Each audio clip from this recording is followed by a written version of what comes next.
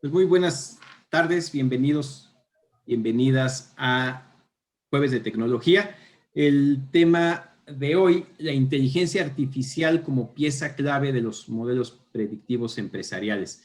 Le agradezco mucho al ingeniero Aquiles Loranca Sánchez que haya aceptado la invitación para participar este jueves en este interesante tema. Antes de pasar el uso de la palabra, de una semblanza curricular del ingeniero Loranca, quien es especialista en tecnologías de información con más de 25 años de experiencia. Es licenciado en Ciencias de la Informática con especialidad en Ciencias de la Computación por UPIXA, del Instituto Politécnico Nacional. Posee certificación como IT Specialist nivel 3 por parte de IBM, así como la certificación Distinguished IT Specialist por parte de The Open Group. Desde 1996 pertenece al claustro docente de Ingeniería Cibernética en la Universidad de La Salle, Ciudad de México.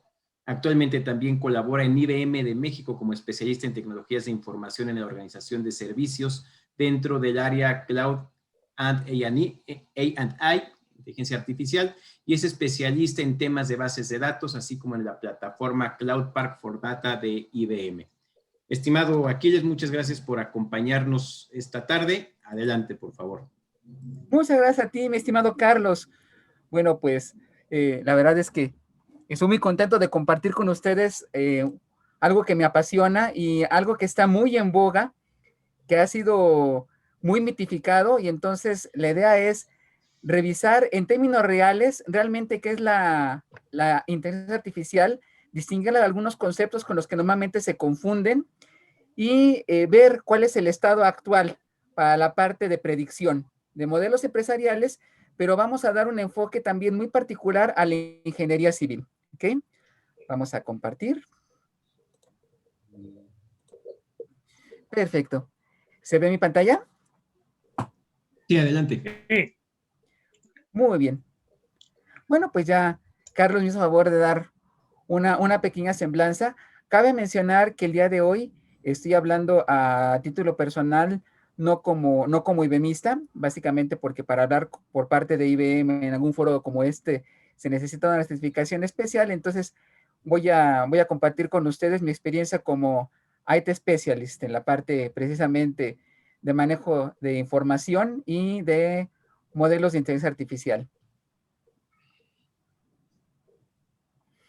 Perfecto. Pues, ¿cuál es el plan de vuelo? En primer lugar, definir lo que es la inteligencia artificial, distinguir lo que es la inteligencia artificial de otros términos como Machine Learning y Deep Learning, que si bien están relacionados, son diferentes, y vamos a ver cuál es la relación que guardan entre sí. Vamos a hablar un poco acerca de los modelos predictivos y cómo de alguna manera en la actualidad la tecnología juega un poco a ser el Nostradamus del siglo XXI, y vamos a ver también que tiene sus implicaciones y que la inteligencia artificial tiene sus partes importantes y complicadas. No es magia. Y vamos a ver que al punto actual es tanto una ciencia como un arte, pero bastante rentable. Vamos a hablar también acerca de la relación con la inteligencia artificial y la ciencia de datos. Vamos a hablar también un poco de la ciencia de datos, y vamos a ver que para poder llevar a cabo modelos predictivos, no basta únicamente con tener las herramientas tecnológicas. Se tiene que tener un bagaje bastante completo que muy difícilmente va a ser podido cubrir, ¿no? Difícilmente se va a poder cubrir por una persona, y vamos a ver un poco qué es lo que implica el hacer un modelo predictivo ya en la industria. Vamos a tener una sesión de conclusiones y al final vamos a tener una sesión de preguntas y respuestas. No obstante, para la parte de preguntas y respuestas, las pueden colocar en el chat, y al final de la presentación tendremos un momento precisamente para poder resolverlas, o en su caso, poder ahondar más en las dudas que tengan. Bueno, pues dicho lo anterior, empecemos con lo que entendemos por inteligencia artificial. La inteligencia artificial ha cambiado a lo largo del tiempo, tanto sus alcances sus aspiraciones. Cuando yo estaba en la carrera hace ya unos 30 años, se pretendía que las máquinas fueran realmente conscientes e inteligentes. Estamos hablando de 1990, 1994. Me tocó ver el resurgimiento de las redes neuronales. Japón había prometido que antes de que terminara el siglo y el milenio iban a ser máquinas inteligentes, y se dieron cuenta o nos dimos cuenta de que realmente no se podía hacer todavía eso con la tecnología. De hecho, al día de hoy, lo que podemos hacer es que sistemas computacionales puedan hacer ciertas tareas que normalmente requieren de inteligencia humana. Pero no es lo mismo inteligencia que conciencia. En este momento podemos hacer que las computadoras puedan identificar patrones, puedan encontrar relaciones no evidentes dentro de nuestros datos, nos ayuden a ser más eficientes al momento de tratar de identificar situaciones, diagnósticos, inclusive nos pueden ayudar a tomar decisiones a futuro a través de modelos predictivos que nos permiten identificar oportunidades, nos permiten identificar calificaciones, nos permiten determinar buenos esquemas para poder hacer nuestros negocios más seguros y rentables. Pero sobre todo, incluso mejor que como lo veníamos haciendo.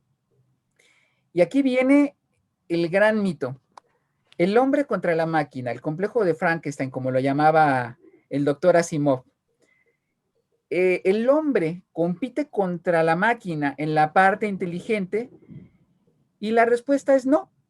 Realmente, al estado actual de la tecnología, básicamente para lo que es muy buena la inteligencia artificial es para la identificación de los patrones. Ya lo hemos hecho durante los últimos 20 años. Precisamente de esa revolución que se dio en los años 90, salieron los primeros reconocedores de patrones para lo que es el reconocimiento óptico de caracteres, lo que es el OCR, el hecho de que ustedes pudieran agarrar un escáner y automáticamente convertir el texto impreso de imagen a letras, la capacidad de poder dar comandos por voz y de las tecnologías de speech to text, la capacidad de poder hacer reconocimiento de rostro, todo eso es algo que ya se hacía desde finales de los 90 y que evidentemente requería una capacidad de cómputo que para los estándares del día de hoy pues parece irrisoria. Pero ahora lo más interesante, lo que ha venido a revolucionar precisamente estos modelos de inteligencia artificial es la flexibilidad para poder hacer predicciones y poder encontrar relaciones no tan evidentes, no tan triviales, al punto tal de que si ustedes pueden tener un registro estadístico histórico, identificar cuáles son los factores que impactan en el resultado y los resultados que obtuvieron al final, podemos obtener una capacidad de poder decidir de manera homogénea, de manera precisa y de manera auditable las decisiones que estamos tomando a través de la máquina. Sin embargo, decía también el doctor Asimov acerca de la inteligencia artificial, solamente un necio haría un cuchillo sin un mango. Entonces es importante que tomemos conciencia de que si las decisiones van a impactar vida, bienestar o salud humana, los sistemas son básicamente advisors. La decisión última la debe tomar un ser humano. Al final del día, hay un principio que seguramente los ingenieros conocemos muy bien, que es el principio de Cooper, listado precisamente en el libro de Bloch llamado La Ley de Murphy, porque otras cosas salen mal, es una regla empírica, pero no porque sean empíricas y cosas dejan de ser hasta cierto punto reales. Al final del día, todas las máquinas son amplificadores.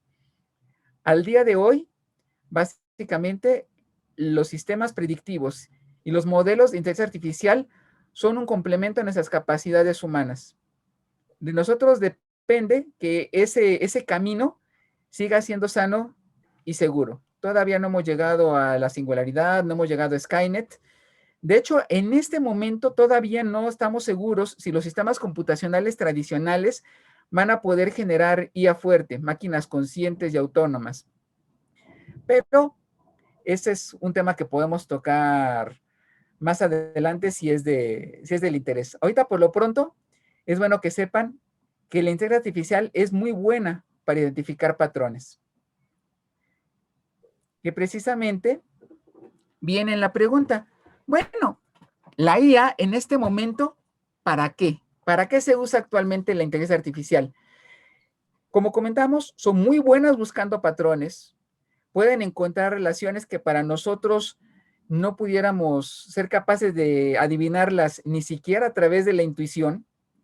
Pueden hacer asociaciones de una manera mucho más rápida, mucho más eficiente, hacer pronósticos y lo mejor, un modelo computacional es consistente, no se cansa, no tiene sesgos o prejuicios por, por su entorno.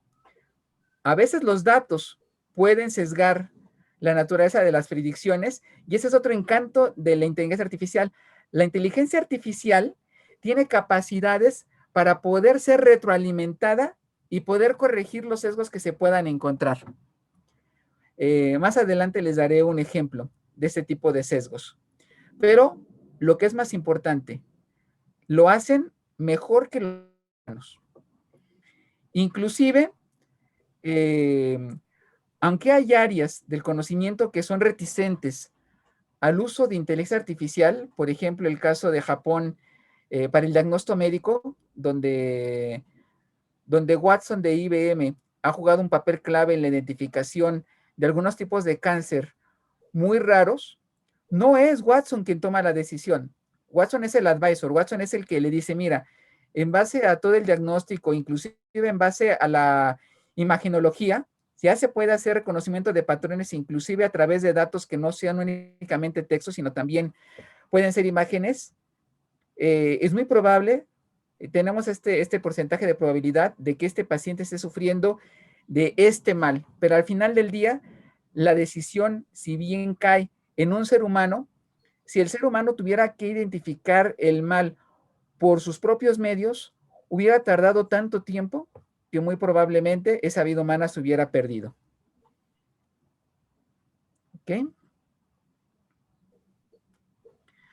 Ahora bien, la inteligencia artificial no es magia, no es únicamente, a ver, vamos a juntar el comportamiento de cómo ha estado el comportamiento hidrológico en alguna parte del país, o no es únicamente andar juntando todos los tickets de compra, o no es únicamente andar juntando todas las bitácoras. Requiere de, por un lado, de un conocimiento del negocio, o de, en este caso, de la situación técnica que nosotros deseamos predecir, requerimos de toda una infraestructura y herramientas específicas para poder desarrollar, entrenar e implementar estos modelos predictivos, lo que normalmente se conoce como una arquitectura de la información. Y como comentábamos al principio, requiere de equipos interdisciplinarios. Vamos a ver que ya para solucionar problemas de la vida diaria, problemas reales, no basta únicamente con conocer las herramientas. Se necesitan otro tipo de capacidades que difícilmente pueden ser cubiertas por una sola persona. Y al día de hoy es tanto un arte como una ciencia. Se requiere conocer las herramientas, conocer las técnicas, tener capacidades para poder trabajar en equipo, pero sobre todo se requiere de experiencia, experiencia, experiencia.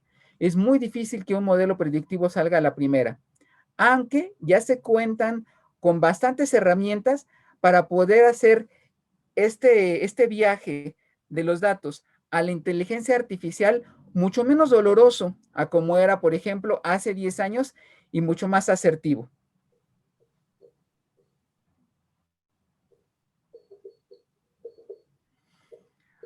Ahora bien, para entender básicamente lo que es la inteligencia artificial y cómo está relacionado con otras técnicas utilizadas para la predicción, hay que hacer la distinción entre algunos términos que normalmente se confunden con inteligencia artificial. Ya vimos que inteligencia artificial es básicamente aquellas actividades realizadas por computadoras que normalmente requieren inteligencia. Pero hay varios tipos de estas tareas y particularmente para la parte de la predicción, hay algunos subconjuntos de estas técnicas para poder hacer que las máquinas operen o tomen algunas decisiones o abstracciones que antes requerían de inteligencia humana en un conjunto llamado Machine Learning. Machine Learning básicamente es el conjunto de técnicas que permiten a las computadoras aprender sin necesidad de que nosotros tengamos que programarla de manera explícita. Por ejemplo, no es lo mismo que yo le diga a una computadora, mira, cuando se presenta el evento A, B y C, un X porcentaje de veces se ha presentado esto. ¿Ok? Y que yo se la presente y que la computadora, el sistema, vaya aprendiendo. Entonces, ¿esta silueta que me presentas es un perro? Sí. Y yo le presento diferentes siluetas de perro hasta que la máquina es capaz de distinguir un perro, inclusive fuera de las imágenes que yo le presenté. Dentro de las técnicas de Machine Learning, una que actualmente ha cobrado particular relevancia es el manejo de redes neuronales artificiales. Las redes neuronales artificiales no son nuevas. De hecho, muchos de los sistemas de reconocimiento de patrones como OCR, reconocimiento de voz, etcétera, están basadas en ella. Pero en la actualidad hemos tenido una revolución completa porque todavía hasta hace unos 10, 15 años, las redes neuronales tenían que hacerse prácticamente desde cero y ahora existen diferentes plataformas para poder implementar diferentes tipos de redes neuronales para el reconocimiento de patrones. Inclusive, estos modelos basados en redes neuronales son tan buenos y tan complejos que pueden, como les digo, hacer predicciones mucho mejor que las que puede hacer un ser humano. Y por último, tenemos el concepto de Data Science. Data Science o ciencia de datos es una evolución de lo que se conocía todavía hace unos 10 años como data mining o minería de datos. No tiene nada que ver con criptomonedas, es una cosa distinta. El data mining consiste básicamente en encontrar relaciones no evidentes dentro de nuestros datos que se conviertan en beneficio para las compañías. La evolución a Data Science involucra o cambia el concepto de relaciones no evidentes al concepto de insights. El concepto de insight es un poquito complicado en el sentido de que si lo traducimos, perdemos cierta esencia del concepto, pero básicamente se refiere a encontrar aspectos de la realidad que están ocultos dentro de nuestros datos y que nos pueden ayudar a tomar mejores decisiones. Entonces, revisen un poco los conceptos, tomen nota. Si tienen duda acerca de alguna diferencia, lo podemos ver precisamente en la sección de preguntas y respuestas. Ahora, todos estos conceptos están íntimamente ligados con la capacidad que tenemos para poder hacer predicciones, para poder predecir. Y las predicciones básicamente pueden ser de dos tipos. Pueden ser predicciones de valores continuos, generalmente numéricos, por ejemplo, la probabilidad de que llueva mañana, la probabilidad de que ocurra un desastre, la probabilidad de que si ahorita falla un componente o un elemento estructural, ¿cuál es el siguiente componente de la arquitectura que puede llegar a fallar, expresado en términos cuantitativos en valor numérico. Y luego tenemos los modelos predictivos basados en valores discretos, es decir, en categorías. Por ejemplo, si le debo o no le debo dar un crédito a Aquiles, si la persona o la construcción que se pretende es una construcción de riesgo alto, medio, moderado, si la posibilidad de algún riesgo en base a los datos estadísticos de hidrografía en una zona geográfica, en base a las condiciones actuales, son altas, bajas, medianas, etcétera. De hecho, a veces nuestro modelo genera valores numéricos continuos y en base a ciertos umbrales se puede convertir en un valor discreto. Y dentro de las herramientas con las que contamos normalmente, de hecho, la idea no es dar entrar a tanto detalle técnico en cada uno de estas herramientas, sino que sepan que existen para que puedan comprender un poco más cómo funcionan estos modelos predictivos. Si se fijan, algunos de los que aparecen en los dos son los árboles de decisión, que como vamos a ver un poco más adelante, son los más comunes, pero no necesariamente los más precisos, y las redes neuronales. Para otras aplicaciones más específicas, bueno, pues tenemos algunas herramientas matemáticas como nuestros ya conocidos modelos de regresión lineal y regresión no lineal, pero para esto pues se necesita tener una función que pueda modelar el fenómeno, y a veces lo único que tenemos son únicamente los datos y tenemos que armar las predicciones en base a la experiencia y no tanto a la generación de un modelo matemático exacto. Y en el caso de las categorías, pues tenemos la parte de los modelos bayesianos, algoritmos genéticos, pero en realidad, en la actualidad, más del 80% de los modelos predictivos que se están trabajando en el mercado generalmente entran dentro de esas dos categorías: los árboles de decisión y las redes neuronales. Entonces, vamos a ver un poco de qué va cada uno y cuáles son sus principales pros y sus principales contras, sin entrar mucho al aspecto técnico. Muy bien, los árboles de decisión son básicamente modelos predictivos. Dentro de ciencia de datos se les llama algoritmos. No me gusta mucho el término algoritmo, porque en ciencias de la computación algoritmo significa una cosa diferente en otro tipo de contexto. Pero básicamente un algoritmo son modelos basados en estadísticas para poder resolver problemas particulares.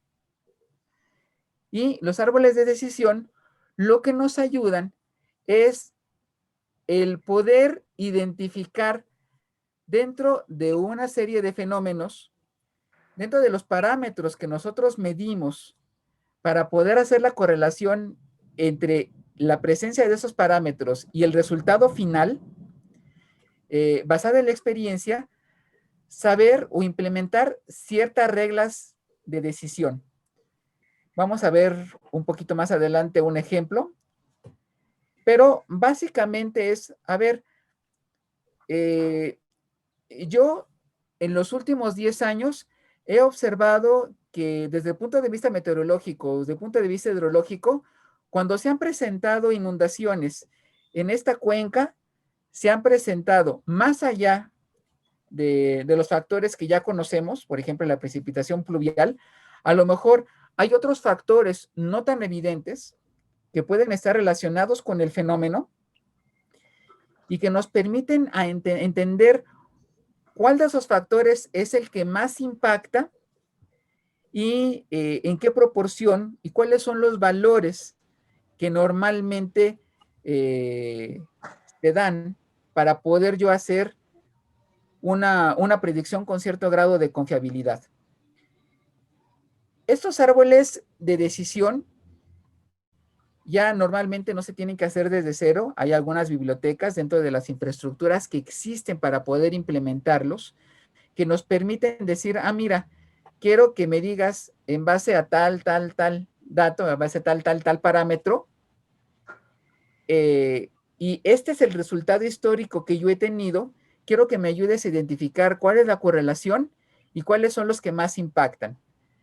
De hecho, los árboles de decisiones pueden ser muy fáciles de entender, muy fáciles de implementar, pero si nosotros hacemos un árbol demasiado rígido, podemos caer en lo que se conoce como el overfitting, que son muy buenos para identificar situaciones que han pasado o han ocurrido en el pasado, pero no son tan buenos o pueden llegar a no ser tan buenos si se presenta una combinación que no se ha presentado exactamente en el pasado.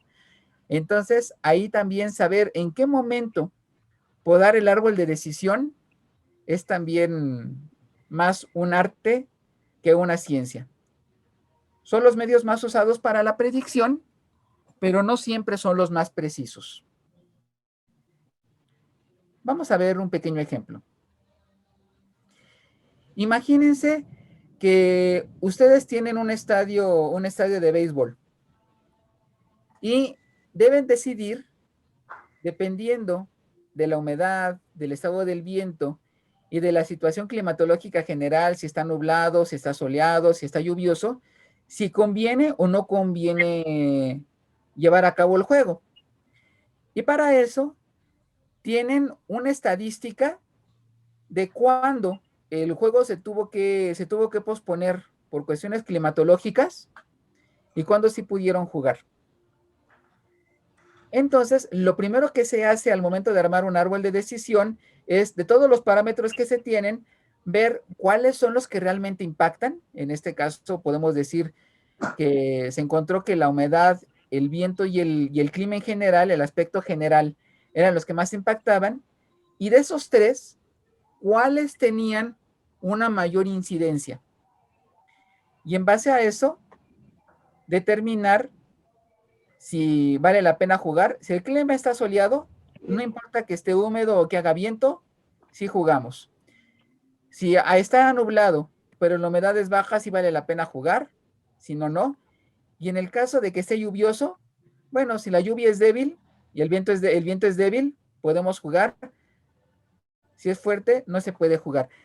Este es un ejemplo bastante didáctico y evidentemente la formulación manual del árbol de decisión no hace mucho sentido ahorita. Más que nada me interesa que vean cómo funciona el árbol de decisión, ya que existen una serie de herramientas, algunas de open source, algunas de código abierto, otras mucho más completas de carácter propietario que pueden realizar este tipo de decisiones. Pero lo importante es ver cómo funciona, cuando menos desde el punto de vista más abstracto y más útil.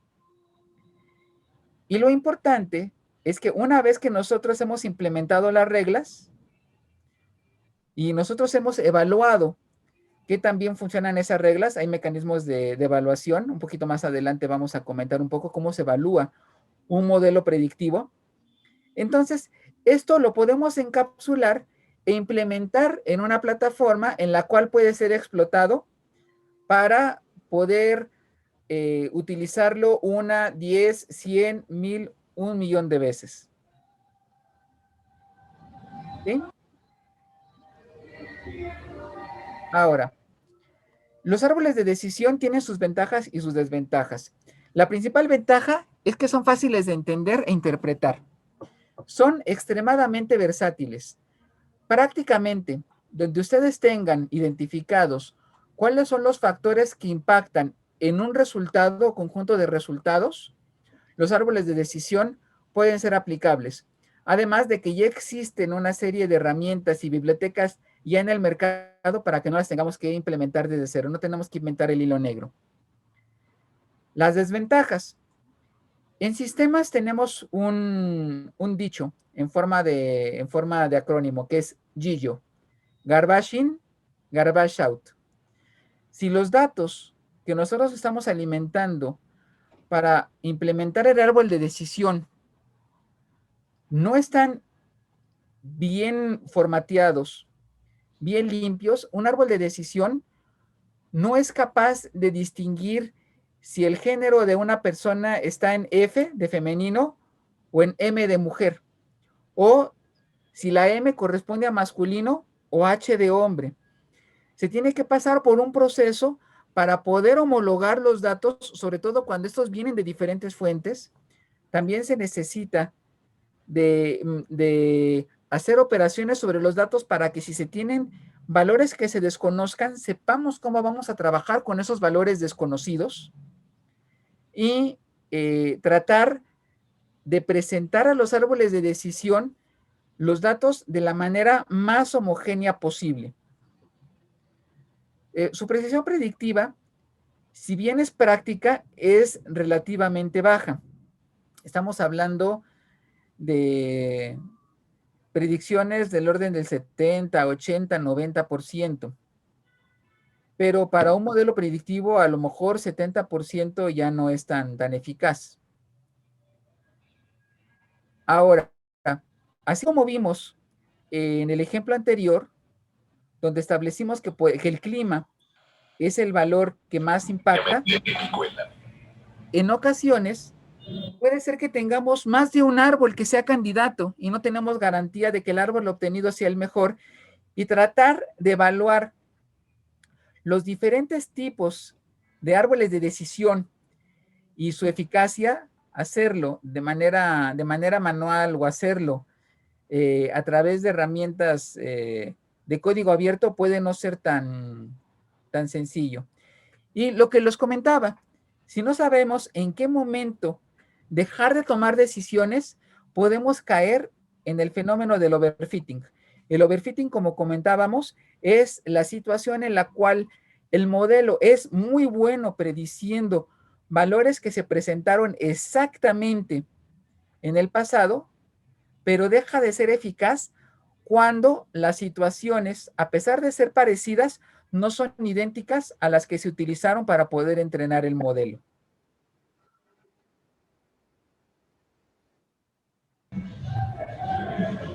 Nuestra otra arma en el arsenal es un verdadero cañón, pero como todo, tiene sus pros y sus contras. Estamos hablando de las redes neuronales artificiales. Estas redes neuronales al principio fueron creadas en los años 50 para tratar de imitar cómo funcionaba el cerebro humano. No estaba basado todavía en aquel entonces en computadoras digitales, eran computadoras analógicas.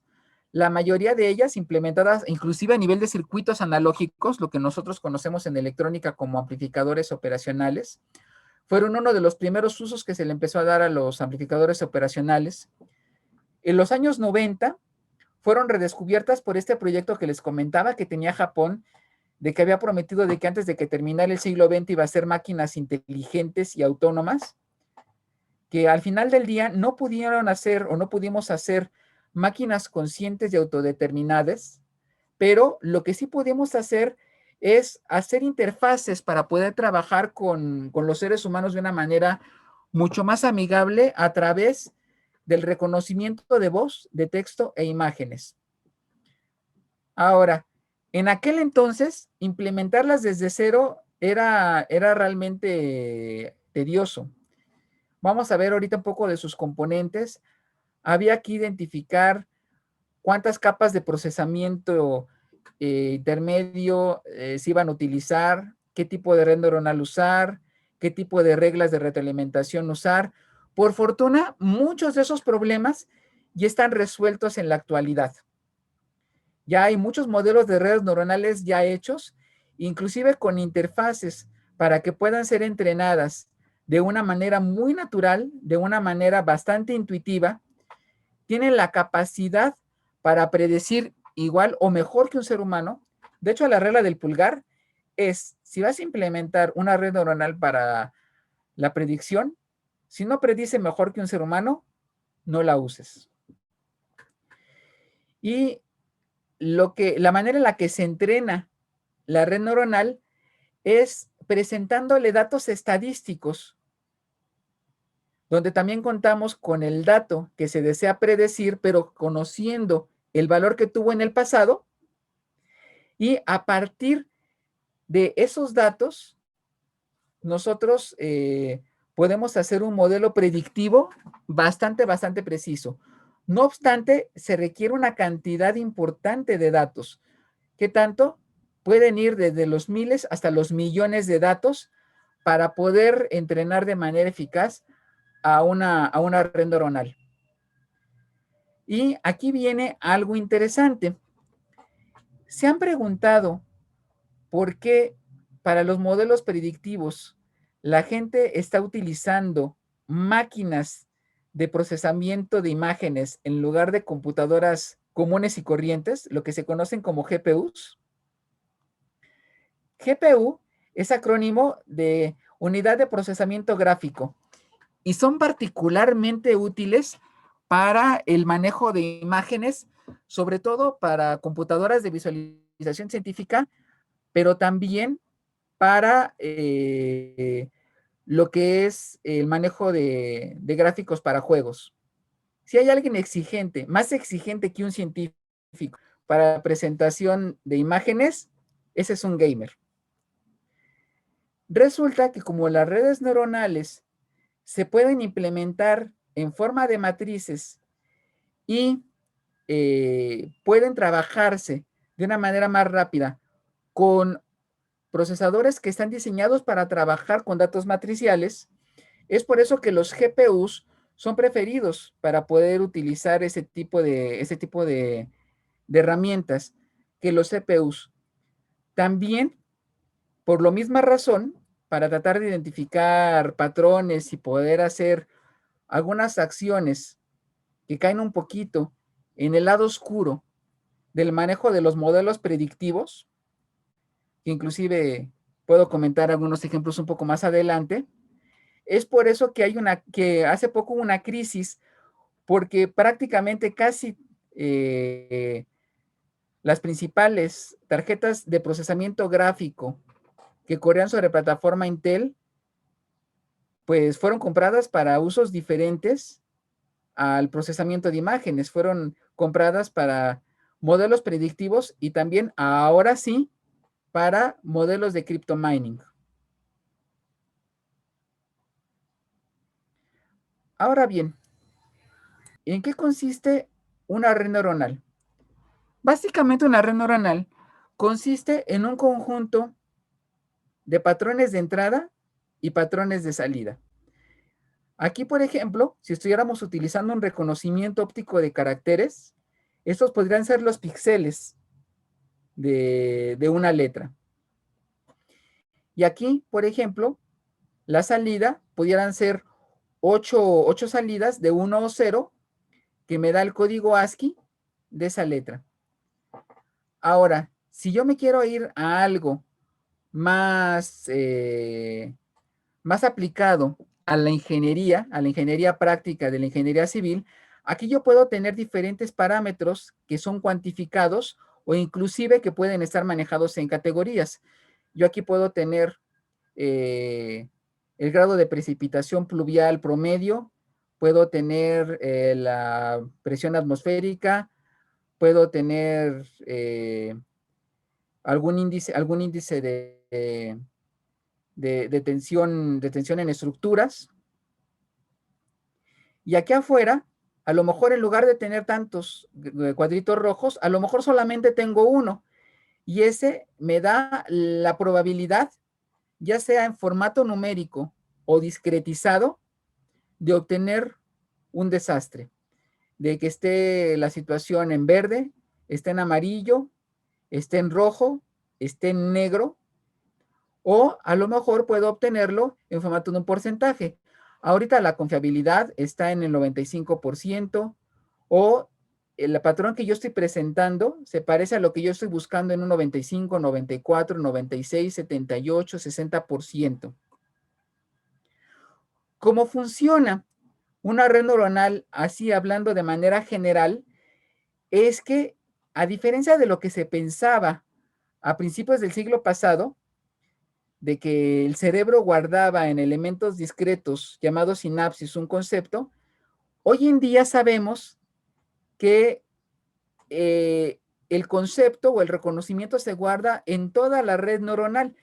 Estas son lo que nosotros llamamos capas de procesamiento, y determinar cuántos elementos de procesamiento y cuántas capas de procesamiento tener y qué tipo de reglas vamos a tener para poder entrenar estos modelos intermedios, estos componentes intermedios, es lo que era talachudo y que actualmente ya mucho de eso ya está hecho.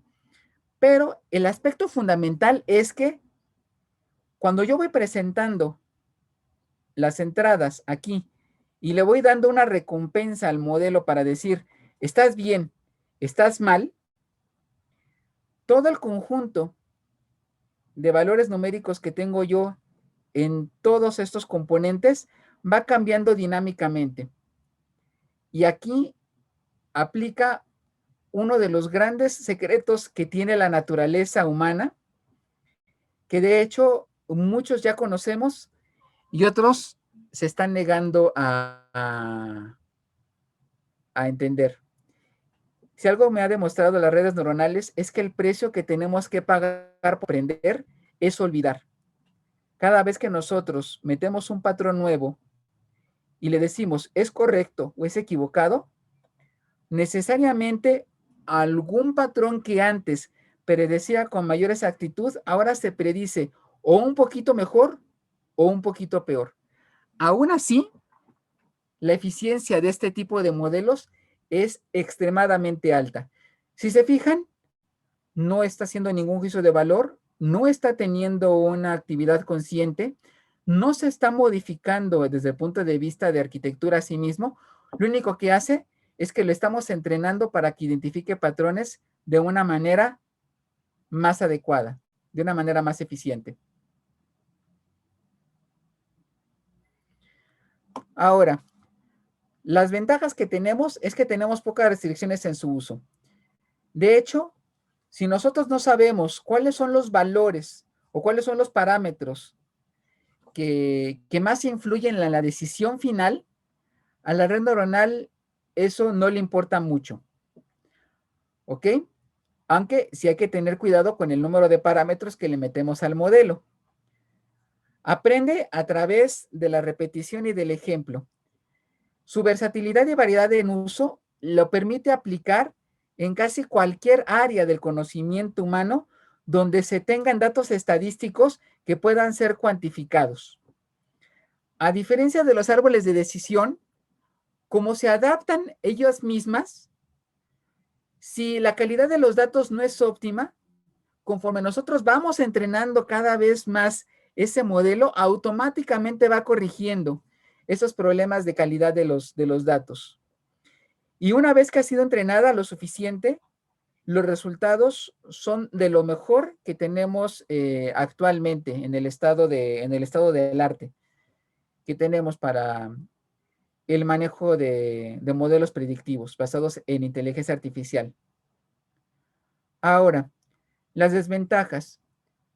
A diferencia de los árboles de decisión, donde cuando yo veo las reglas, pasa como cuando resolvemos un laberinto, ¿no?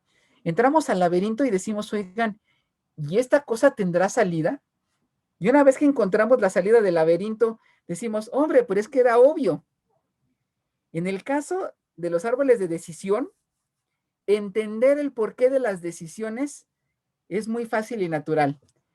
En el caso de las redes neuronales, es una caja negra. Tratar de entender el por qué tomó esa decisión no es tan intuitivo, aunque dependiendo del modelo de red neuronal que nosotros estemos implementando, sí hay algunos enfoques que pueden darnos un poquito de entendimiento detrás de la lógica que se está implementando para tomar la decisión, pero no es tan natural ni tampoco tan intuitivo. Requiere de miles, cuando no millones de datos iniciales para poder entrenarse y, como les comentaba, hay que tener cuidado con las variables que se incluyen dentro del modelo. Mientras más variables incluyamos, se requiere más poder de cómputo. Y eso se puede entender precisamente por el diagrama.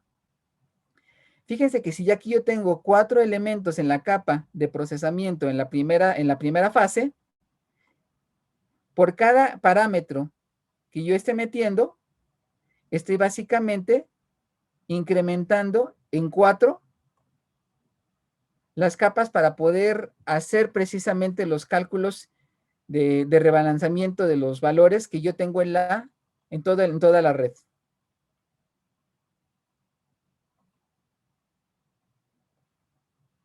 ¿Ok? Bueno, una vez que hemos comprendido cuáles son nuestras dos principales armas en nuestro arsenal para poder hacer predicciones en casi cualquier cosa que pueda ser medida y de la que tengamos el valor estadístico de cuál fue el resultado final, viene la parte de, ok, ahora, ¿cómo lo implemento? Y la manera en la que se implementa un modelo predictivo en una necesidad real, no solo de negocios, sino también puede ser en una aplicación de ingeniería, es a través del concepto de ciencia de datos. Y en ciencia de datos es tan importante la pregunta como la respuesta. Por una parte, si no sabemos qué es lo que estamos buscando, vamos a estar desperdiciando recursos y tiempo de una manera impresionante. Dicho de manera jocosa, ¿saben cuánto tiempo pueden desperdiciar buscando unos lentes de contacto que no existen? Entonces, lo primero, antes de empezar a meter datos y empezar a hacer predicciones, lo primero que tenemos que hacer es tener claro qué es lo que pretendemos con ese modelo predictivo. Y lo segundo es estar conscientes del tipo de respuesta que estoy esperando. Me acuerdo de una escena bastante jocosa en una película del cine de oro mexicano, la de Dos tipos de cuidado, donde una respuesta no le gusta a Jorge Bueno y le dice Jorge Bueno a Pedro Malo, cuidado con lo que preguntas, digo, cuidado con lo que respondes, pues cuidado con lo que preguntas. Y para ejemplo, un botón. Cuando empezó este auge de los sistemas predictivos, uno de los primeros casos prácticos tuvo que ver con Target, uno de los gurúes del modelo, de los modelos predictivos. Fue contratado por Target y Target le dijo, oye, mira, quiero encontrar una ventaja competitiva respecto a los otros proveedores de retail. Y quiero enfocarme particularmente al mercado de las mujeres embarazadas. Yo sé que si una persona va al área de bebés y está comprando cunas o está comprando biberones, o está comprando pañales, seguramente o está embarazada o ya tuvo a la criatura. Pero quiero tener una ventaja competitiva. Quiero saber antes que la competencia si una cliente está embarazada y poderle ofrecer antes que nadie mis productos. Y empezaron a analizar los tickets de compra de las mujeres que compraban en las tiendas de Target. Empezaron a encontrar algunas correlaciones que no eran tan evidentes, que ese es precisamente el concepto de data mining. Por ejemplo, que ya después de cierto mes de embarazo prefieren las toallitas húmedas que no tienen fragancia, o que empiezan a comprar con mayor frecuencia pañuelos desechables, y decidieron utilizar un grupo de muestra, un grupo de prueba. Empezaron a mandar propaganda y ofertas para mujeres embarazadas a un conjunto de clientes de prueba. Resultado, en la primera semana llega un padre de familia poco más que enardecido a una de las tiendas exigiendo ver al gerente porque su hija de 15 años estuvo recibiendo esa propaganda. O sea, ¿de qué hablan? Es una niña, por el amor de Dios. ¿Qué pretenden que mi hija empiece tempranamente con eso? ¿O por qué le están ofreciendo productos para bebés? El gerente, muy consternado, con mucha empatía, se disculpó con el señor, le dijo, señor, esto seguramente es un error, algún problema con nuestra área de mercadotecnia, permítame que lo revise, por favor le pido una disculpa, me estaré poniendo en contacto con usted para poder darle seguimiento a esta situación. Pasó una semana y el gerente estaba tan consternado que aunque seguía esperando respuesta por parte del área de mercadotecnia, habló con el padre de familia para decirle que seguían investigando y que estaban realmente muy apenados por lo que había sucedido. En esta ocasión, el padre estuvo callado hasta que el gerente terminó de hablar.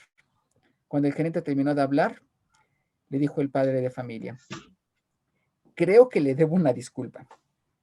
Resulta que después del incidente que tuvimos, platiqué con mi hija y hubo algunas actividades de las cuales yo no tenía conocimiento y pues la criatura nace en 6 meses. Por cierto, las ofertas siguen vigentes, ¿verdad? Entonces, hay que tener mucho cuidado también con lo que estamos investigando, porque es posible que si no conocemos la pregunta, la respuesta puede no agradarnos o inclusive pudiera llegar a perjudicarnos. Ahora, en este contexto, ya para poder tener un modelo matemático, no basta únicamente con una persona que conozca la tecnología. Se necesita, antes que nada, alguien que conozca, en el caso de soluciones de negocio, la necesidad de negocio. En el caso de ingeniería, aquel que conozca la mecánica del fenómeno que deseamos predecir. También necesitamos a personas con un profundo conocimiento de estadística aplicada. Como ya vimos, el algoritmo en este contexto se refiere a la aplicación de modelos matemáticos estadísticos específicos para resolver ciertas necesidades. Requerimos, evidentemente, a las personas que conozcan la manipulación de datos y que sepan manejar las herramientas, inclusive, aunque no haya que programar directamente los modelos predictivos, sí se requiere un poco de programación para poder conectar las entradas de los usuarios de negocio a esos modelos predictivos y una manera de conectar las salidas para que sean explotables, pero también requerimos, sobre todo cuando estamos buscando maneras nuevas, maneras ingeniosas de poder obtener una ventaja competitiva utilizando estos modelos predictivos, se requiere de mucha imaginación, se requiere de una capacidad para contar historias, para poder generar escenarios de negocio factibles, pero que todavía no hayan ocurrido, para poder obtener realmente un valor agregado de estos modelos. Y si se fijan, normalmente una persona que conoce muy bien del negocio, generalmente no es buena programando. O una persona que tiene una preparación estadística fuerte, que a pesar de tener capacidades abstractas muy desarrolladas, generalmente pues, no tiene, o es raro que tenga la capacidad para poder desarrollar historias que no tengan que ver directamente con hipótesis matemáticas, sino con situaciones de cliente. En teoría, se puede tener una persona que tenga el conocimiento del negocio, conocimiento de estadística profunda, que tenga el manejo de manipulación de datos y programación y que sepa contar historias.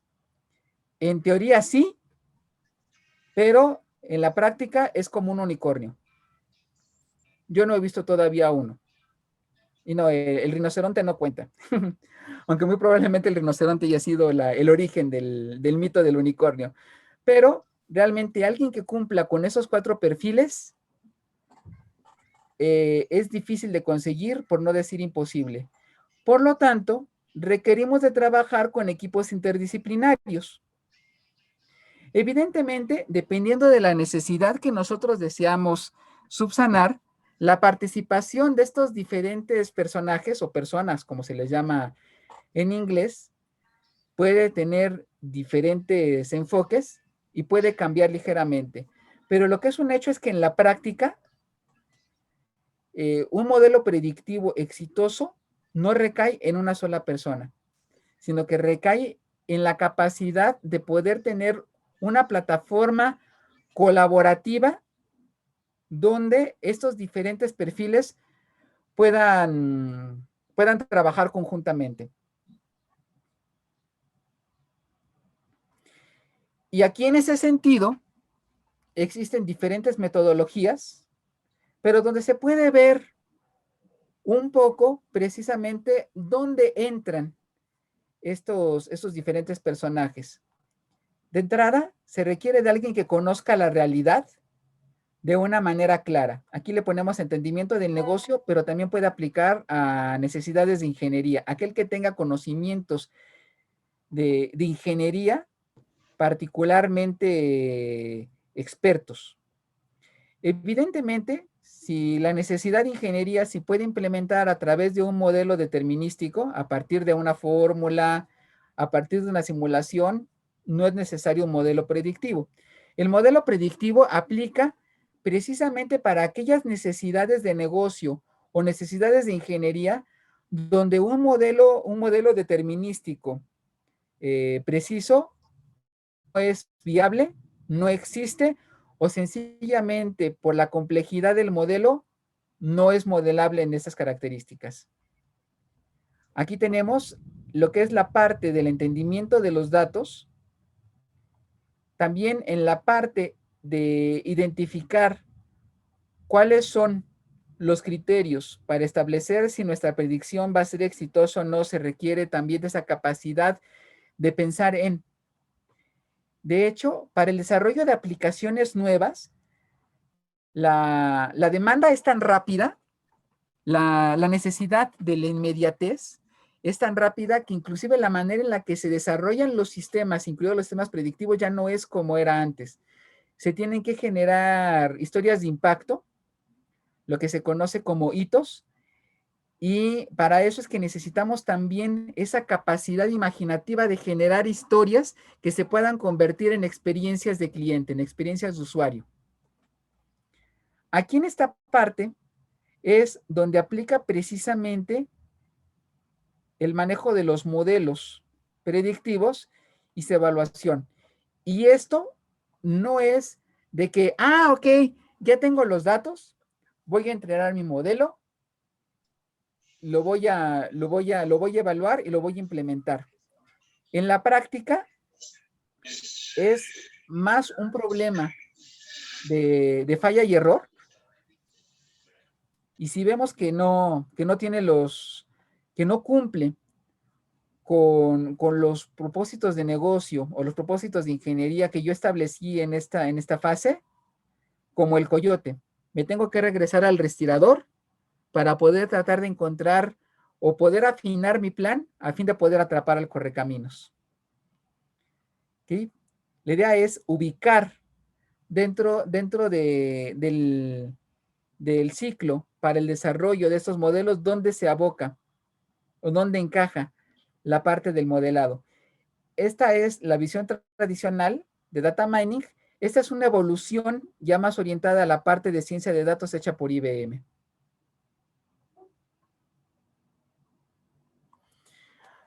Ahora bien, sí existen una serie de herramientas que pueden ayudar a que esta parte de prueba y error, y cuando tenemos diferentes alternativas, sea más fácil identificar cuál es la que tiene una mejor capacidad de predicción e inclusive poder ajustar automáticamente ciertos parámetros. Por ejemplo, IBM ofrece una plataforma llamada Experimentos de Inteligencia Artificial Automáticos, en las cuales, en base a los datos estadísticos que ustedes les presenten, evidentemente entre los datos estadísticos debe incluirse la columna o el dato que ustedes desean predecir, y automáticamente evalúa diferentes algoritmos, entrena diferentes modelos, hace evaluación inicial y ve si limpiando los datos que entran o parametrizando los diferentes modelos que se tienen, se puede encontrar un modelo que satisfaga la precisión de predicción que se está buscando. Y si se satisface, se puede encapsular como un recurso que puede ser explotado desde diferentes programas, de diferentes plataformas de programación. Típicamente se utilizan herramientas donde se puede ir a una máquina, a un puerto, se presentan los parámetros en formato no estructurado y se obtiene un valor numérico o se obtiene un valor discreto. ¿Ok? Se hace una pantalla donde se ponen todos los parámetros. Esta se conecta al modelo y el modelo predictivo nos devuelve un valor discreto o un valor continuo. Oye, le doy este crédito a Aquiles ni en sueños. ¿Ok? Oye, ¿cuál es la probabilidad de que haya alguna catástrofe en base al comportamiento climático que se tiene la última semana en esta situación hidrográfica o en base a la revisión que se han hecho en esas estructuras? ¿Cuál es la probabilidad de que se tenga algún problema o con qué periodicidad en base a los datos estadísticos conviene que se haga alguna revisión periódica sobre alguna estructura? Como les comentaba, no es ciencia. Si no tenemos datos estadísticos pasados en los cuales nosotros podamos entrenar nuestros modelos, no vamos a poder tener esas predicciones. Pero si se tienen, esta tecnología puede ayudar a identificar de manera oportuna riesgos que a lo mejor de una manera tradicional o no se hubieran podido identificar o pudieran haber sido muy difíciles de identificar. Que de hecho, ahorita ya más adelante un poco, están los ejemplos de uso. Los principales usuarios de los modelos predictivos son sobre todo las áreas de seguridad, por ejemplo, la detección de fraudes, con diciendo, bueno, oye, pues Aquiles Loranca hizo sus últimas compras en la Ciudad de México. ¿Qué está haciendo comprando un yate de lujo en Singapur? Digo, ahorita estoy poniéndolo de una manera absurdamente grotesca para que se entienda un poquito el escenario. Pero esos modelos de detección de fraudes pueden llegar a ser tan sutiles que pueden identificar hábitos de compra y cuando el hábito de compra no corresponde a lo que normalmente hace el cliente y pasa de cierto umbral, decide, ¿sabes qué? Voy a declinar la operación automática. Ponme al cliente en la línea. También en las áreas de mercadotecnia y de relación con el cliente, en la parte de finanzas.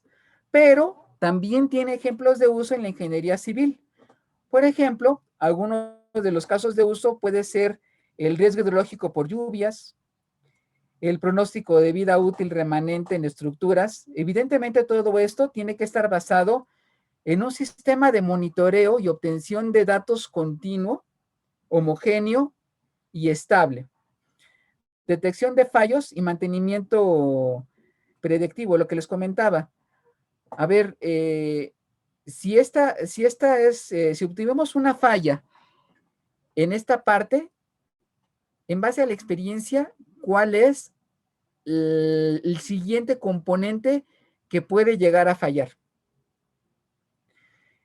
En la salud, por ejemplo, de hecho se ha utilizado la inteligencia artificial ahorita con la pandemia del coronavirus en tratar de establecer correlación de síntomas entre varios fármacos.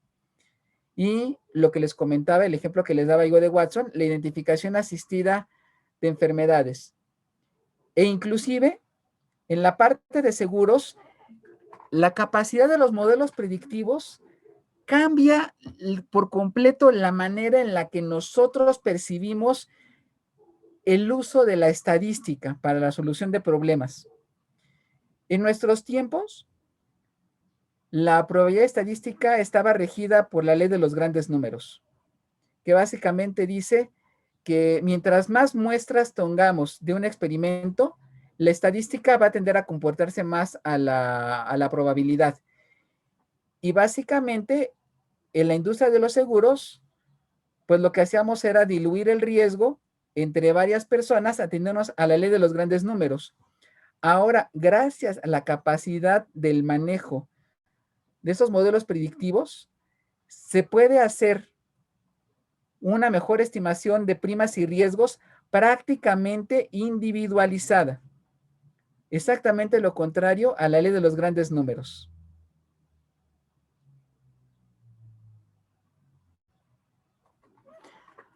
Ahora, en la vida real, normalmente, ¿cómo se implementa un modelo predictivo? Ese es un ejemplo. No es la única manera de implementar modelos predictivos, pero es una manera que está probada y que ha probado también ya sus ventajas en aplicaciones prácticas. Tenemos, por un lado, un repositorio de datos históricos, típicamente puede ser hasta de miles de millones de lecturas, sino cuando menos sí de millones de lecturas. Típicamente no estamos hablando normalmente de archivos planos o archivos de Excel, estamos hablando ya de una información estadística importante, generalmente en formato que sea rápido para poder obtener. Dividimos nuestros datos en los datos en los cuales vamos a utilizar para entrenar el modelo y otros para poder evaluarlo.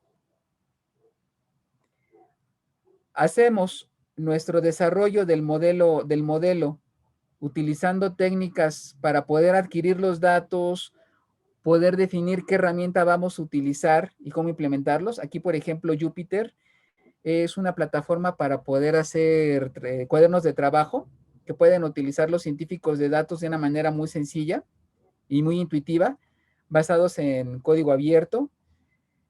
Existen bibliotecas de Machine Learning disponibles para ciertas plataformas. Entrenamos el modelo, lo implementamos en una plataforma donde puede ser explotada y evaluada, y con los datos que dejamos aquí, lo que hacemos es que metemos los datos para hacer la predicción. Nosotros ya sabemos qué valor va a tener, pero no le vamos a decir al modelo cuáles son. Esperamos a que el modelo nos diga qué es lo que él obtiene, y en base a las veces que acertó, tanto para decir que sí como para decir que no, respecto al total de las posibles combinaciones, es así como vamos a obtener nosotros la evaluación de la efectividad del modelo predictivo. Si el modelo predictivo no es lo suficientemente preciso, pues tenemos que volver a revisarlo. Inclusive, existe la posibilidad, y aquí hay algo muy interesante. Hay modelos de Machine Learning basados en Watson, que si de alguna manera se identifica un sesgo, se puede corregir el modelo sin necesidad de tener que volver a pasar por todo el proceso. Me explico. Estamos hablando de los datos, los puros datos. No hay ningún prejuicio social ni económico en el ejemplo, pero es un dato real. Imaginémonos que este modelo se utiliza para predecir si le voy a dar yo a una persona o no un crédito hipotecario. Pero ¿qué pasa si por alguna razón la mayoría de las personas que están en mi estadística son caucásicas? Más aún, ¿qué pasa si por cuestiones estadísticas a la mayoría de las personas afroamericanas no se les da el crédito? Resulta que cuando una persona afroamericana pida el crédito, es posible que no se le dé.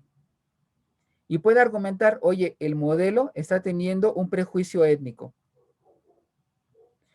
Sabemos que desde el punto de vista de ingeniería no es así, pero desde el punto de vista de comportamiento, pueden argumentar eso y en cierta forma tendrán razón. No porque exista un prejuicio, un prejuicio malintencionado, sino porque la naturaleza de los datos así entrenó al modelo. Bueno, podemos incluir esa serie de prejuicios que en inglés se llama bias y podemos afinar el modelo para que corrija ese prejuicio sin necesidad de tener que hacer un modelo desde cero. Una vez que nosotros tenemos ya el modelo adecuado, se puede encapsular y se puede exponer para que pueda ser consumido desde diferentes formas.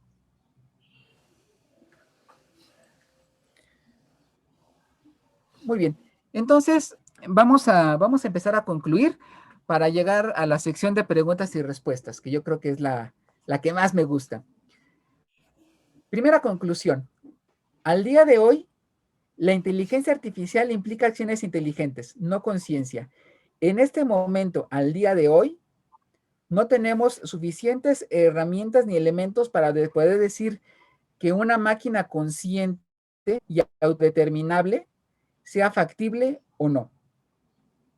En este momento, la inteligencia artificial es buenísima para identificar patrones y nos ayuda a tomar mejores decisiones. La IA no es magia, necesitamos tener un conocimiento profundo de la necesidad de negocio o del problema de ingeniería que nosotros deseamos resolver. Necesitamos tener datos estadísticos para poder entrenar nuestros modelos de inteligencia artificial. Tenemos que tener un equipo interdisciplinario y tener la paciencia para poder trabajar con las iteraciones necesarias. Lo que sí les puedo decir es que vale la pena. Y en la actualidad existen plataformas y herramientas para poder hacer este viaje mucho más sencillo que como era hace 10 años. Al día de hoy todavía es tanto un arte como una ciencia. No basta únicamente con tener los conocimientos, se necesita con tener experiencia. Existen sistemas ya prehechos que pueden ser entrenados y no es una labor de un solo hombre. Se requiere de un equipo interdisciplinario.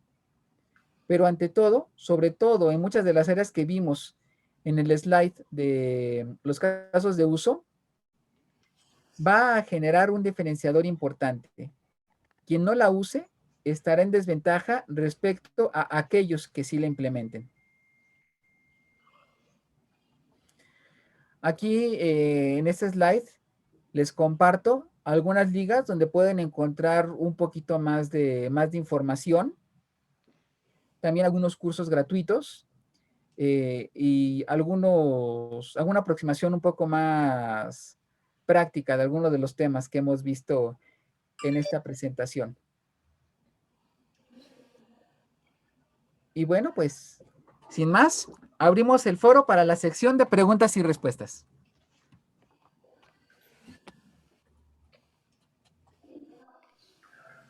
Muchas gracias, Aquellas, te agradecemos esta interesante, pero sobre todo digerible ponencia, el tiempo que le dedicaste, que está ya Mauricio por aquí. Mauricio, si gustas intervenir. Sí, gracias Carlitos. Una disculpa antes que nada porque algunos eventos gremiales que ustedes imaginarán me hicieron llegar un poco tarde el día de hoy, pero aquí estamos y la verdad muy interesante lo que llegué a escuchar y sobre todo, como dice Carlos, muy digerible, ¿no? En un tema tan especializado y tan complejo. Entonces, pues pasamos a la sección de preguntas, comentarios, etcétera. Carlos, adelante. Por supuesto. Voy a comenzar primero con nuestros amigos que nos ven a través de Facebook. Tenemos acompañando de Venezuela, José Rafael González, saludos a Venezuela. La pregunta de Rafael, ¿cómo usar la inteligencia artificial en los estudios de factibilidad de proyectos inmobiliarios y de construcción en general? y además en la aplicación del método del valor ganado para el control del proyecto durante su construcción. Perfecto. Bueno, lo más importante es que tengas los suficientes datos de proyectos previos, lo suficientemente grandes como para poder entrenar algún modelo. Sabemos que no es lo mismo ofrecer seguros que hacer proyectos de construcción. Posiblemente, por el número de muestras que se tenga, una red neuronal no sea la mejor alternativa. Posiblemente pudieras utilizar un esquema de árboles de decisión, identificar cuáles son los factores que influyen en el éxito de tu desarrollo, cuáles fueron exitosos, cuáles no fueron. Es importante no solamente tener una muestra de los proyectos exitosos, también es importante tener una muestra de los proyectos no exitosos. En ajedrez hay una frase atribuida, si mal no recuerdo, a Capablanca, que decía: aprendo más de una jugada perdida que de 10 jugadas ganadas. Y lo mismo pasa con el manejo de la inteligencia artificial. Ahora, la gran ventaja que tienes con este tipo de modelos predictivos es que el resultado de tu estudio posiblemente no tengas que volverlo a hacer desde cero, sino únicamente poner la parte de la evaluación numérica y a lo mejor discretizarlo para decir, ah, mira, en este umbral va con restricciones o en este umbral no va. O definirlo a nivel de riesgos.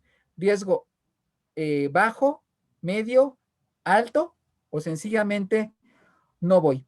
Evidentemente, cada necesidad implica un conocimiento profundo de las entradas y de las salidas, pero definitivamente yo creo que es viable. Pero esa sería la aproximación, una primera aproximación para resolver ese problema a partir de algún modelo predictivo basado en inteligencia artificial.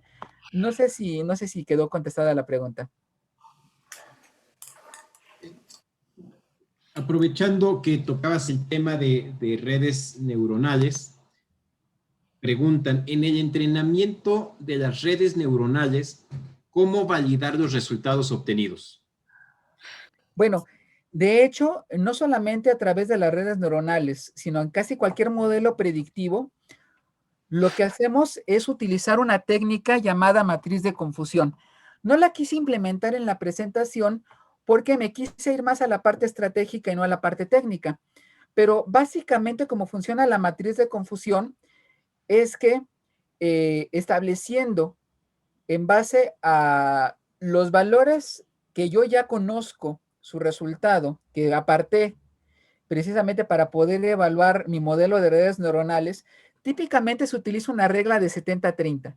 70% de la muestra de los datos se utiliza para entrenar al modelo predictivo, se utiliza para entrenar a la red neuronal, y el otro 30% se utiliza para ver si adivinó o no adivinó la red neuronal. Y cómo se hace es, veo en cuánto se acertó, tanto en el pronóstico negativo y positivo, sobre todas las posibles combinaciones, incluidos los falsos positivos y los falsos negativos.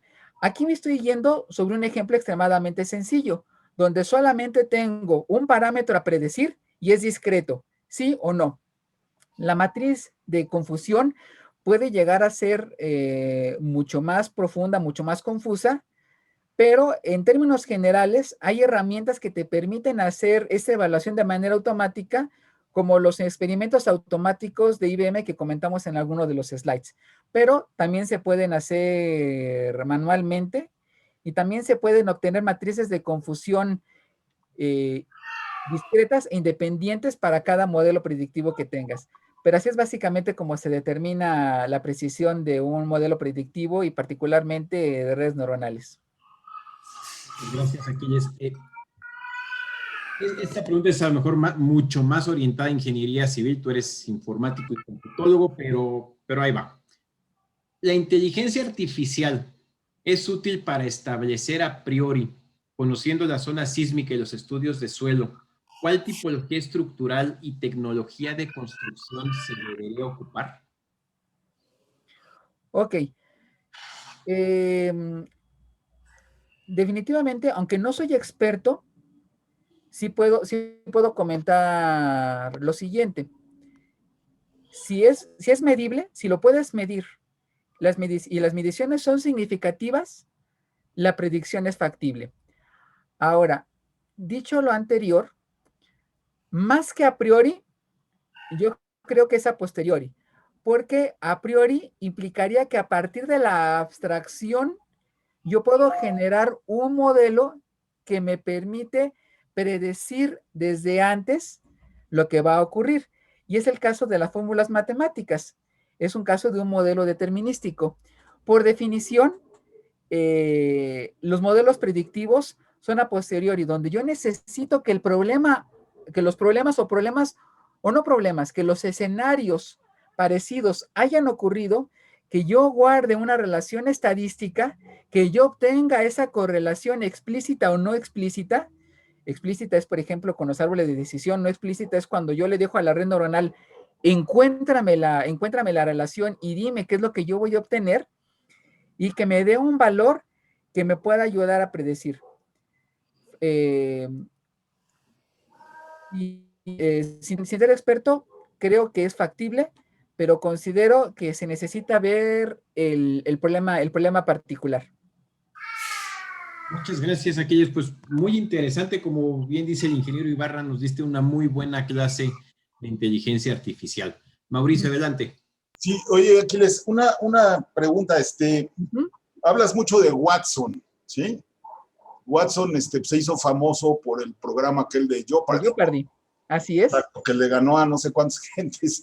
A los dos mejores competidores de Jeopardy de todos los tiempos. Y en el tercer programa arrasó. Ok, entonces me imagino que es así como si uno trajera un chip conectado al internet en el cerebro, ¿no? Que nos permita, pues, hacer búsquedas inmediatas de alguna pregunta, no sé, cosas de esas, ¿no?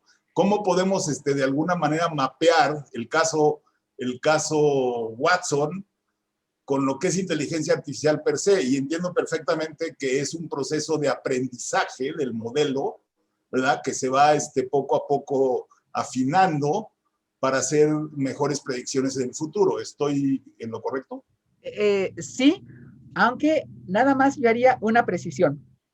Realmente la ventaja que tiene Watson, hago la creación, ahorita hablo como Aquiles Loranca, no hablo como Ibemistas, aunque estoy enamorado de Watson.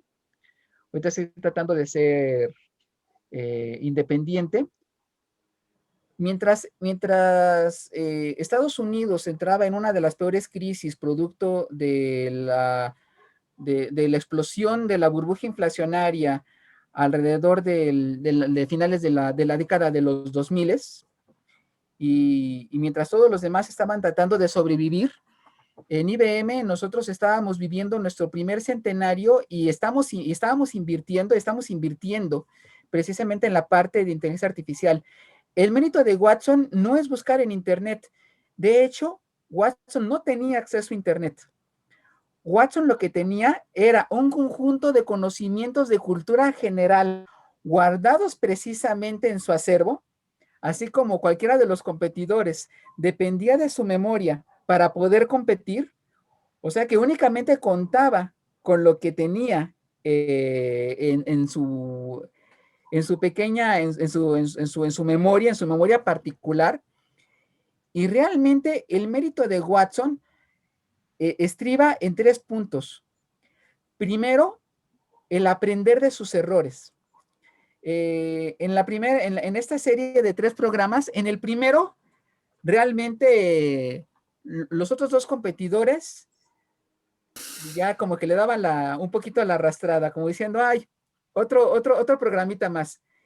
En el segundo, en base a la manera en la que iba aprendiendo, ya ganó pero tuvo algunos comportamientos medio raros. Me acuerdo, por ejemplo, que decía el presentador, en paz descanse, y es un hito, verdadero hito en la historia de la televisión norteamericana, decía en el tercer programa: en el segundo programa aprendimos dos cosas importantes. En primer lugar, que Watson puede dar batalla. Segundo, que Canadá forma parte de Estados Unidos, porque un aeropuerto, que era un aeropuerto de Canadá, él lo colocó, me parece que en la ciudad de Nueva York. Entonces, va aprendiendo y va modificando la manera en la que va respondiendo. Y otra parte en la que Watson ofrece también una ventaja es en la capacidad para poder comprender hasta cierto punto sin tener conciencia, pero sí estableciendo los patrones, la interacción entre un ser humano y el hombre. Hoy día es muy común ver chatbots, programas que permiten resolver problemas como si fueran seres humanos, como la primera línea de defensa de un soporte por chat.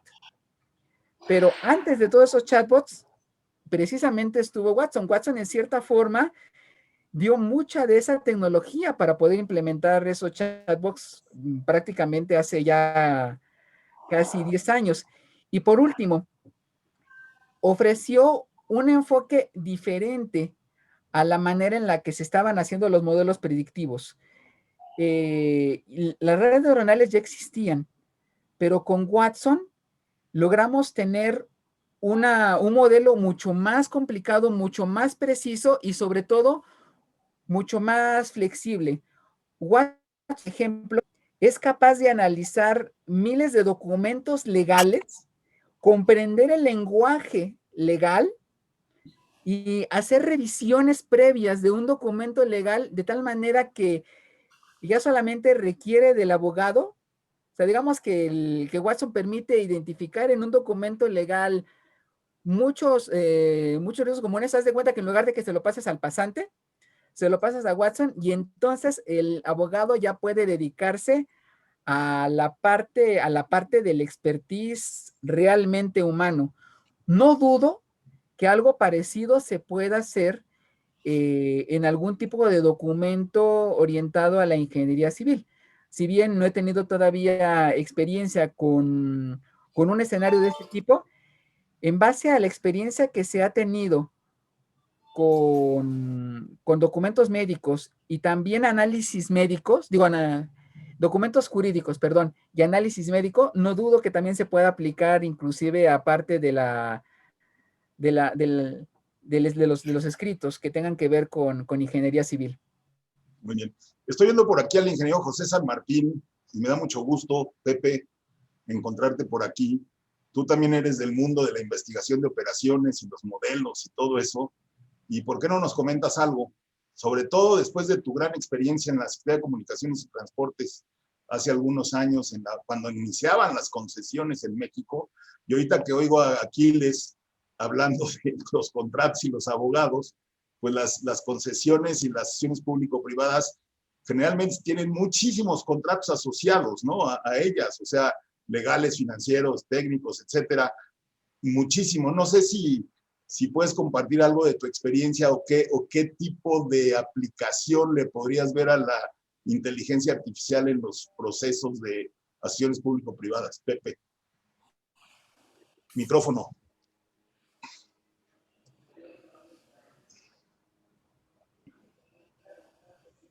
Me encantó la plática aquí de Aquiles.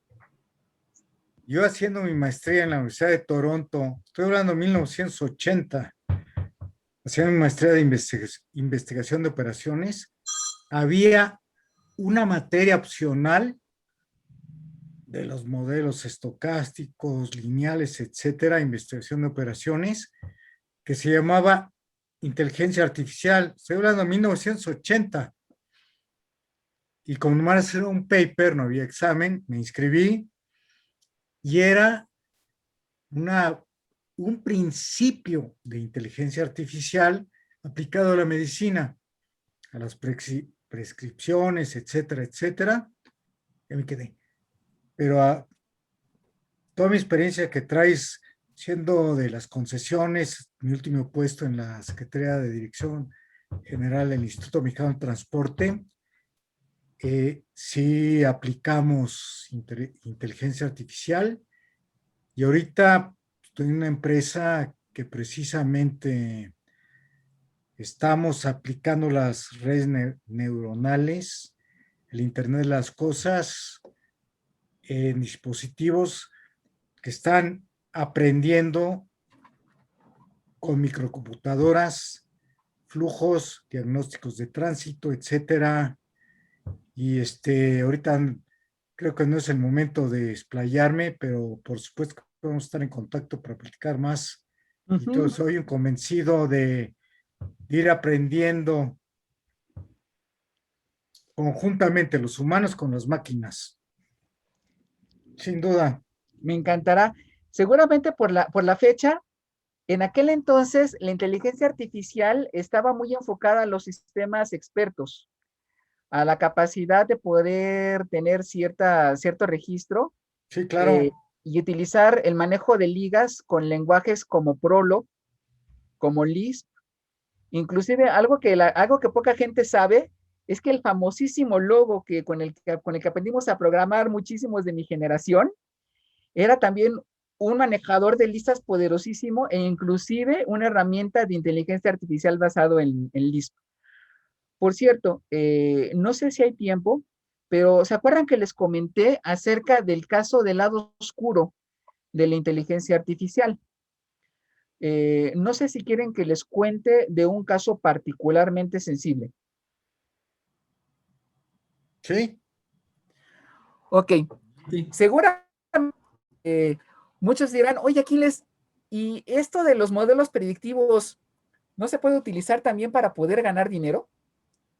O sea, ¿qué funciona mejor? ¿Un corredor de bolsa o un modelo predictivo? Y resulta que no es una pregunta retórica. A alguien ya se le ocurrió. Y entonces hay un fenómeno llamado transacciones de alta frecuencia. ¿Han ido a hablar de ellas? Básicamente las transacciones de alta frecuencia son transacciones de grandes corporativos económicos que a través de las computadoras, en lugar de tener que ofertar humanamente diciendo vendo tanto, oprimiendo un botón y haciendo análisis de, bueno, a lo Homero Adams, ¿no? Sube, baja, etcétera, pueden tomar decisiones en cuestión de milisegundos. O sea, en un segundo puede haber cientos, cuando no miles de operaciones.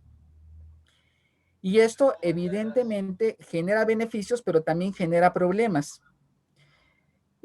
Con el afán de tratar de no perder la competencia, hay competidores poco éticos que empiezan a utilizar modelos predictivos para contrarrestar a los otros modelos predictivos y empezar a mandar señales equivocadas a los modelos predictivos que hacen estas compras, de tal manera que la competencia sea poco eficiente.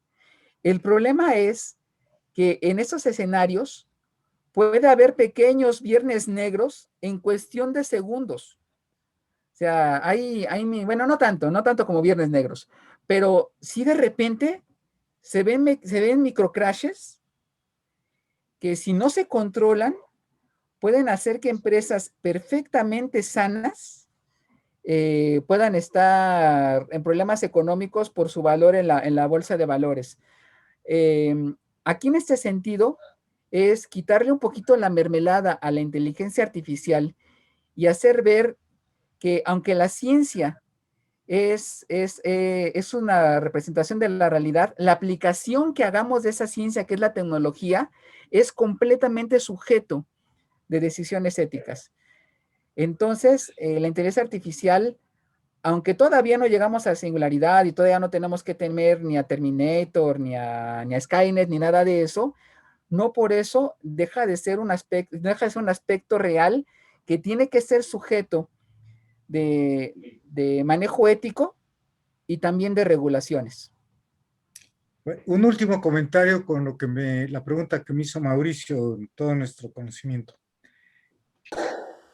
la aplicación de esta inteligencia artificial a los riesgos, la matriz de riesgos, no solo en las concesiones de todo tipo, en particular de transporte y de carreteras, todo el conocimiento que ya se trae, la experiencia, el conocimiento humano, y como tú ya dijiste, de lo que más se aprende es de los errores. Tenemos y hemos armado ya matrices de riesgos tremendas de lo que sí salió bien, más de lo que salió mal, e irlo aprendiendo hasta que llegues a un punto de que tengas ya probabilidades con un grado de confiabilidad más o menos 5% y estar en el punto de donde manejarlas, minimizarlas, o en caso de que sucedan, todo es posible. Es posibilidad y probabilidad, todo es posible. Pero ¿qué probabilidades?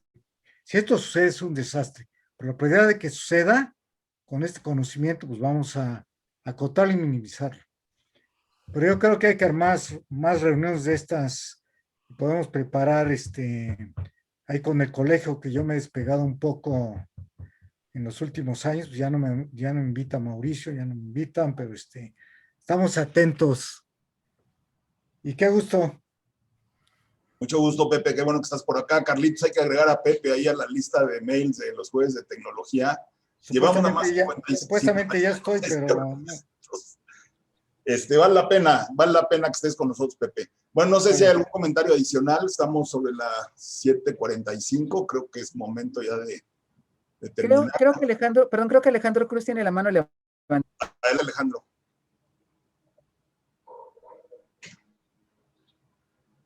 Alejandro Cruz. No, creo, no. Ok. Bueno, pues yo creo que cerramos, Carlos, con el reconocimiento que le damos a Aquiles, por favor. Y dice lo siguiente: el Comité de Tecnología del Colegio de Ingenieros Civiles de México otorga el presente reconocimiento al ingeniero Aquiles Loranca Sánchez por su valiosa participación como conferencista con el tema La inteligencia artificial como pieza clave de los modelos predictivos empresariales. En la sesión virtual de Jueves de Tecnología del 27 de mayo del 2021, firma el presidente del colegio, el ingeniero Luis Rojas Nieto, y un servidor. Y como siempre hacemos, si me hacen favor todos de prender sus videos para darle el aplauso virtual a nuestro conferencista del día de hoy. Prepara tu captura de pantalla, mi estimado Aquiles, ¿sí? Vamos a esperar que todos prendan sus videos, espero que lo logremos. Y si no, pues con los que lo prendan, ¿sí? Entonces, pues a la 1, a las 2 y a las 3. Ahí en el colegio hasta de 3, mira. Muy bien. Muchas gracias, Aquiles, muy interesante. La semana que entra vamos a tener una conferencia asociada a las ciudades inteligentes, y creo que es una conferencia interesante porque se llama Los sistemas de audio y videovigilancia urbana, componentes esenciales de las ciudades inteligentes, como las redes de cámara, y por cierto va a ser presentada por un ejecutivo de la empresa que inventó la cámara IP hace 20 años, la que nos permite ver pues, las imágenes por internet, etcétera, ¿no? Es una conferencia muy interesante, es una empresa líder en el mundo en este terreno, y pues ustedes saben que las redes de las ciudades, pues ahorita con el video, se pueden conectar con redes de otras ciudades, y en general todo el mundo está interconectado con video hoy, ¿no? Entonces yo creo que vale la pena. Nos vemos la próxima semana. No tengo, afortunadamente, hasta ahorita compromisos gremiales que atender, entonces trataré de estar a tiempo como siempre lo hago. Agradecer a Carlos por su apoyo en las últimas 2 sesiones que han dado un poquito fuera de onda, pero pues nos vemos la próxima semana en el mismo canal y a la misma hora, y agradecemos aquí a Aquiles su gran conferencia de hoy. Gracias a todos. Gracias. Gracias, aquí.